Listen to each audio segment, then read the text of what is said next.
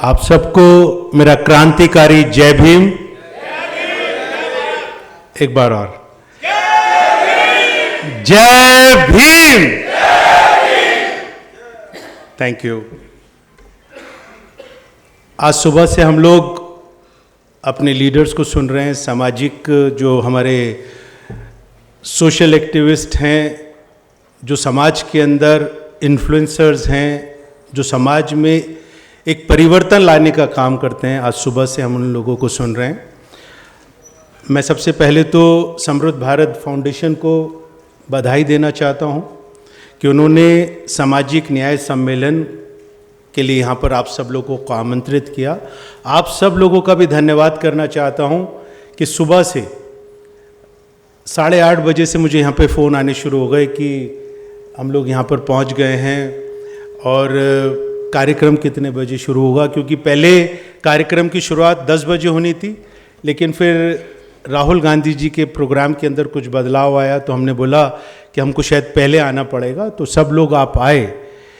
आपके यहाँ पे सुबह से बैठकर सुनने से और जो एकाग्रता के साथ आपने पूरे ध्यान से हर बात को सुना, एप्रिशिएट किया, रिस्पांस दिया, उससे पता चलता है कि आप वाकई में ही सामाजिक न्याय के लिए एक सोच रखते हैं और आपको लगता है कि आज इस मौजूदा हालात के अंदर, जब इस देश के अंदर आरएसएस और भारतीय जनता पार्टी के सरकार है और जो इस देश के अंदर पिछले 10 सालों में जिन्होंने अन्याय किया, वो अन्याय काल जो 10 साल का था, उसके बाद कांग्रेस पार्टी ने अभी चुनाव से पहले जो न्याय पत्र निकाला, अपना घोषणा पत्र निकाला, उस सब के पीछे एक सोच थी कि राहुल गांधी जी ने जब ये देखा कि देश के अंदर हर तरफ लोगों की चीख पुकार आ रही है, किसान परेशान हैं, महिलाएं परेशान हैं, नौजवान परेशान हैं, एससी, एसटी, ओबीसी, माइनॉरिटी परेशान हैं, हर वर्ग को प्रताड़ित किया जा रहा है, महंगाई की मार है, तो राहुल गांधी जी ने भारत जोड़ो यात्रा की शुरुआत की। उसके बाद कन्याकुमारी से कश्मीर तक चलने के बाद फिर दूसरे पड़ाव के अंदर उन्होंने भारत जोड़ो न्याय यात्रा शुरू की, मणिपुर से मुंबई तक। लोगों से जब मुलाकात की, लाखों करोड़ों लोगों ने अपने सुझाव दिए, अपने दर्द को साझा किया राहुल गांधी जी के साथ, तो सब चीज़ों को उसका समावेश करके एक हमने दवाई के रूप में अपना घोषणा पत्र जारी किया। तो हमारा घोषणा पत्र जो है, ये दवाई है लोगों के उस दर्द की जो राहुल गांधी जी को और हमारे लीडर्स को भारत जोड़ो यात्रा में, भारत जोड़ो न्याय यात्रा में उसकी जानकारी मिली। भारतीय जनता पार्टी ने पिछले 10 सालों में हर पल संविधान को ख़त्म करने का प्रयास किया है। बाबा साहब भीमराव अंबेडकर ने जो संविधान लिखा था, जिसमें समानता की बात की थी, बराबर के हिस्सेदारी की बात की थी और हर वर्ग को, हर धर्म को, हर जाति को, भाषा को, हर प्रदेश को उन्होंने प्रॉपर मान सम्मान देने की उस संविधान में बात कही थी। तो आज भारतीय जनता पार्टी जो ये सोच रखती है कि इस देश के अंदर संविधान को ख़त्म करना है, और ये उनका संकल्प भी है। 2025 में 100 साल आरएसएस के पूरे होने जा रहे हैं और उन्होंने, जब उनका गठन हुआ था आरएसएस का, तो उन्होंने ये एक शपथ ली थी कि 100 साल पूरे होने पर संविधान को ख़त्म करेंगे। और अभी जो उनके लीडर्स हैं, चाहे वो अनंत हेगड़े हों, ज्योति मिर्दा हों, और अभी किरोड़ी लाल ने भी कल उसके ऊपर अपना वक्तव्य दिया, स्टेटमेंट दिया कि हमें 400 सीटें इसलिए चाहिए क्योंकि देश से संविधान को ख़त्म करना है। अब मैं आप लोगों से पूछना चाहता हूँ, क्या आप और हम इस देश से बाबा साहब भीमराव अंबेडकर के संविधान को ख़त्म होने देंगे? कभी नहीं होने देंगे। क्यों? क्योंकि हमें मालूम है कि ये जो महिलाएं यहाँ पर कुर्सी पे बैठी हैं, इनको भी कुर्सी पे बैठने का अधिकार बाबा साहब भीमराव अंबेडकर ने संविधान में दिया है। जो यहां पे SC ST और मैं खास तौर पे बोलना चाहूंगा शूद्र, OBC नहीं शूद्र, कांचा साहब, इसलिए बोलना चाहूंगा क्योंकि हमें पहचानना है कि हम कौन हैं। भारतीय जनता पार्टी, RSS, राहुल गांधी जी ने जैसे सुबह कहा कि हमारी पहचान को खत्म करना चाहते हैं। जब हम SC ST OBC और माइनॉरिटी की बात कर रहे थे तो एक साथी ने वहां पे राहुल गांधी जी से सवाल किया कि आप डीनोटिफाइड ट्राइब्स की भी बात कीजिए, घुमंतु, अर्धघुमंतु, विमुक्त जाति की भी बात कीजिए, क्योंकि देश के अंदर। तो राहुल गांधी जी का जवाब क्या था? राहुल गांधी जी ने कहा कि जिन 90% लोगों की मैं बात कर रहा हूं, जो इस देश के अंदर भारतीय जनता पार्टी RSS ने प्रताड़ित किया जिन लोगों को, उन 90% में आप DNT भी आते हैं। तो मैं आप सब लोगों को यह कहना चाहता हूं कि राहुल गांधी जी का मिशन बिल्कुल क्लियर है कि हम यहां पर अपनी पहचान को खत्म नहीं होने देंगे। राहुल गांधी जी हर मंच से मजबूत तरीके से आवाज उठाते हैं कि देश के अंदर जो आदिवासी है, जिसको अपने आप को आदिवासी कहने में गर्व महसूस होता है, भारतीय जनता पार्टी और RSS के लोग उसको वनवासी कहकर बुलाते हैं।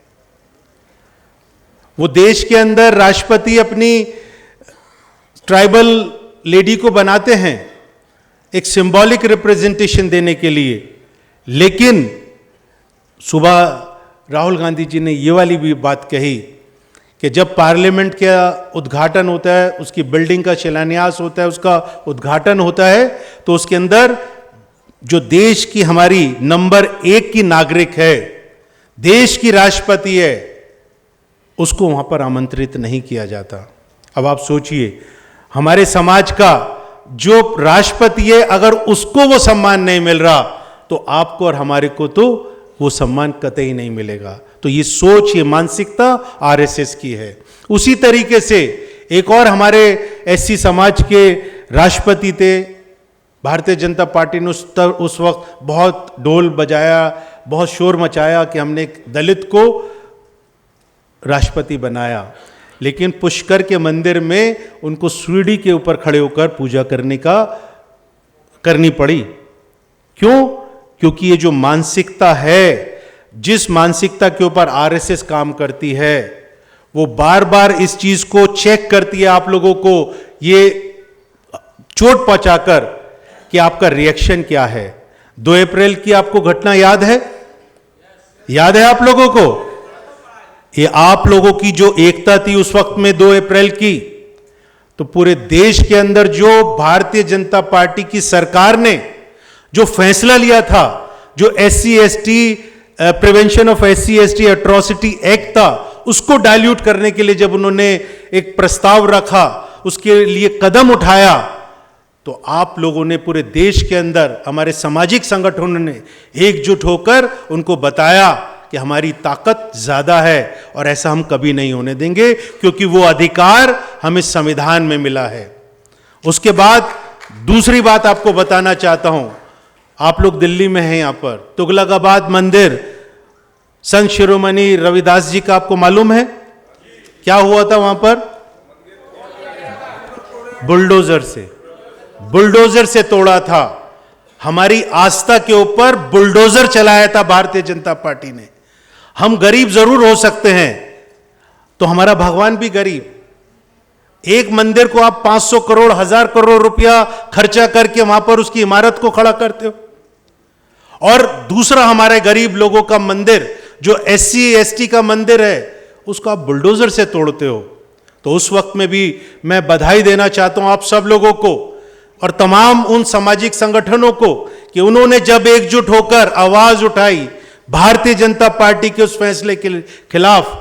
मुझे याद है सलमान खुर्शीद साहब का मैं खास तौर पे धन्यवाद करना चाहता हूं।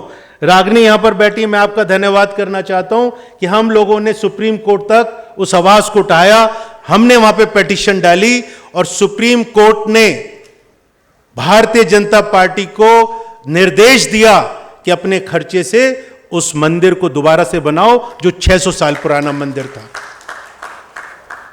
तो ये भारतीय जनता पार्टी आरएसएस की ये सोच है और इसको हमें समझना है कि अगर हम एकजुट नहीं रहे, जो बाबा साहब बार बार हम लोगों को निर्देश देते थे, हम लोगों को ये स्लोगन देते थे कि हमारे को अगर संघर्ष करना है तो उसके लिए संगठित रहना पड़ेगा, और संगठित रहने के लिए हमको जानकारी होनी चाहिए, शिक्षा होनी चाहिए, मुद्दों के ऊपर हमारे को शिक्षित होने की आवश्यकता है।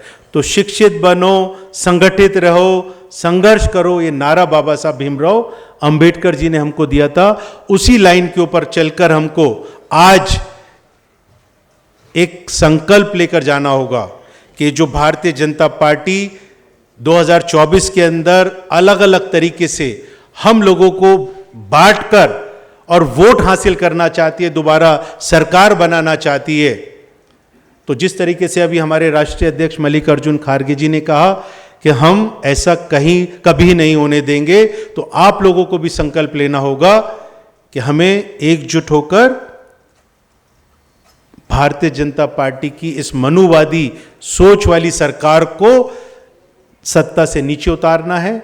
और इंडिया गठबंधन का जो हमारे एक इंडिया गठबंधन के ऊपर एक और बात बताना चाहता हूं। देखिए, बहुत सारी पार्टीज के साथ में हमारा गठबंधन हुआ, कई जगह पर हम उनकी बातों से सहमत नहीं होते, लेकिन और कई जगह पर कांग्रेस पार्टी ने बड़ा सेक्रीफाइस किया है। कई जगह पर कांग्रेस पार्टी ना चाहते हुए भी उन रीजनल पार्टीज के साथ में गठबंधन किया, लेकिन क्यों किया? वो इसलिए किया क्योंकि हमारा दुश्मन जो देश का संविधान खत्म करना चाहता है, तो देश के संविधान को बचाने के लिए कांग्रेस प्रेसिडेंट मल्लिकार्जुन खड़गे जी ने, हमारे लीडर, हमारे हीरो राहुल गांधी जी ने वो समझौता किया कि हमारे लिए कुछ सीटें अगर कम मिल जाएंगी तो परवाह नहीं, लेकिन हमारे को इस देश से बाबा साहब भीमराव अंबेडकर के संविधान को बचाना है।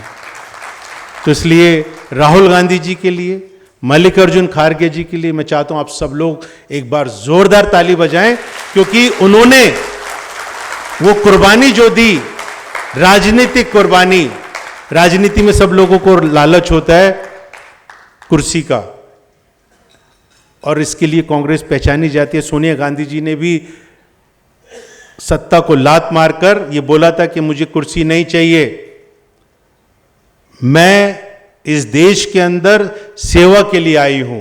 और कांग्रेस पार्टी जो लोगों के लिए सेवा करना चाहती है, लोगों को जोड़ना चाहती है, उनके भविष्य को उज्जवल बनाना चाहती है, उसके लिए आज जरूरत है इस संविधान को बचाने की। तो संविधान की रक्षा कौन करेगा?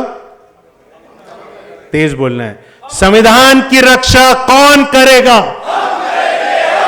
हाथ उठा के बोलना है, संविधान की रक्षा कौन करेगा? बहुत बहुत धन्यवाद। जोहार, जय भीम, जय भारत, जय कांग्रेस, जय संविधान।